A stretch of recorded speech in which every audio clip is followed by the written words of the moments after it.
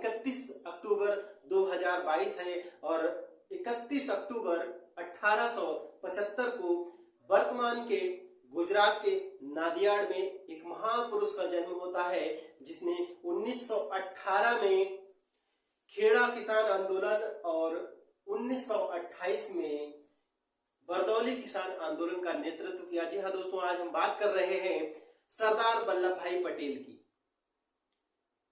एक ऐसा व्यक्ति जिसने कि संपूर्ण भारत को एकीकृत कर दिया, संपूर्ण बिखरे हुए भारत को एक सूत्र में, एकता के सूत्र में बांध कर रख दिया। ऐसे महापुरुष को आज हम नमन करते हैं।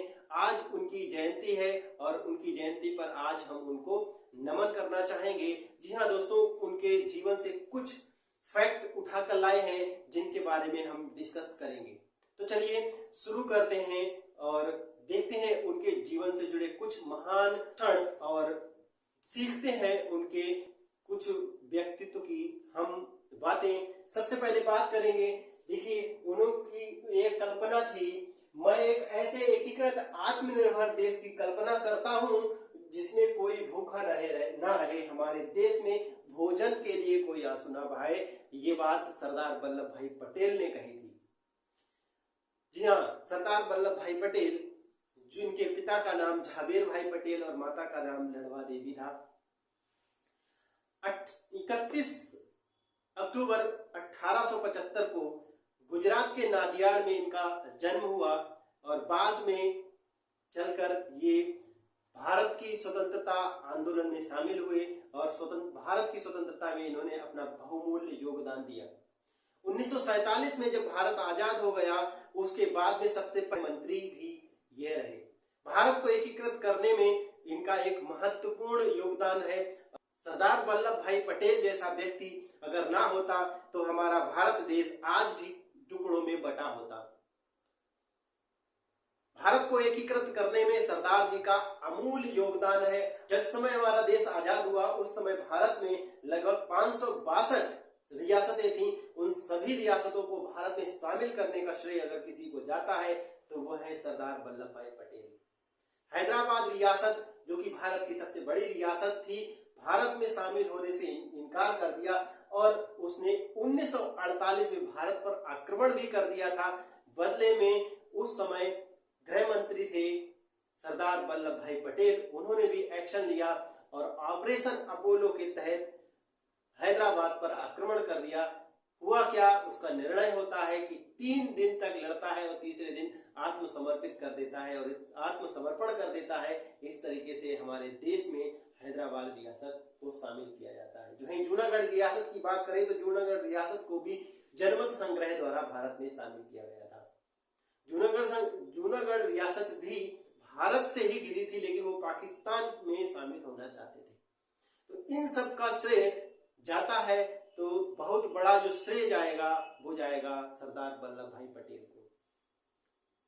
जम्मू कश्मीर में भी जब भारत और पाकिस्तान का युद्ध हुआ 1947 में, उस समय गृह मंत्री थे सरदार वल्लभ भाई पटेल और हस्तक्षेप वहां पर करते उससे पहले जवाहरलाल नेहरू इस मुद्दे को संयुक्त राष्ट्र में ले जा चुके थे और इस तरीके से आज भी वो संयुक्त राष्ट्र में मुद्दा चल रहा है और जम्मू कश्मीर अभी भी उस संयुक्त राष्ट्र में पड़ा है, जो कि जिसे हम पीओके के नाम से जानते हैं, वो आज भी पाकिस्तान के हिस्से में आता है। 31 अक्टूबर 2019 में हमारा जो कश्मीर था, कश्मीर को भारत में पूर्ण रूप से शामिल कर लिया गया और उसे 2 हिस्सों में बांटकर 2 राज्य बना दिए गए। तो ये सब कुछ हमारे सरदार जी का सपना था कि हमारा भारत एकीकृत हो, एक अखंड भारत बने।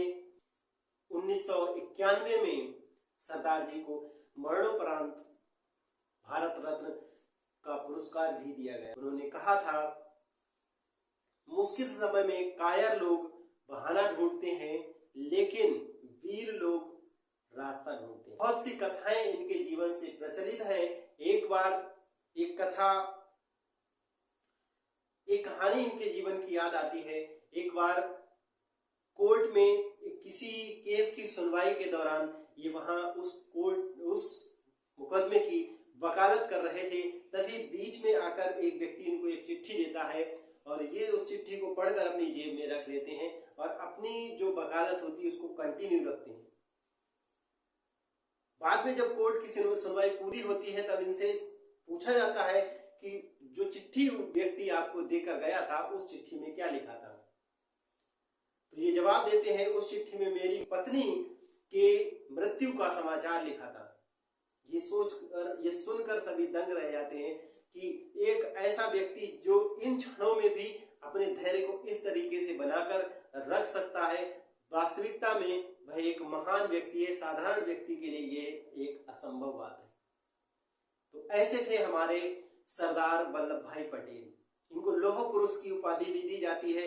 इनसे भी एक जुड़ी कहानी है। बताते हैं, एक छोटे बचपन में इनके बगल में एक फोड़ा हो गया था, जिसे काफी दवाई कराने के बाद भी ठीक नहीं हुआ। डॉक्टर ने बताया अगर इसको गर्म लोहे की रॉड से दाग दिया जाए तो शायद ये सही हो जाए। इनके माँ बाप डर गए कि ये छोटा बच्चा है, इस गर्म रॉड को कैसे सह पाएगा। लेकिन जब इनको ये बात पता लगती है तो ये गर्म रॉड खुद करके और अपने उस फोड़े को दाग लेते हैं और वो फोड़ा ठीक हो जाता है। तो उस समय से इनको एक लौह पुरुष की उपाधि दी गई। तो इस तरह के थे महान सरदार वल्लभ भाई पटेल। तो उनकी महानता को आज हम नमन करते हैं।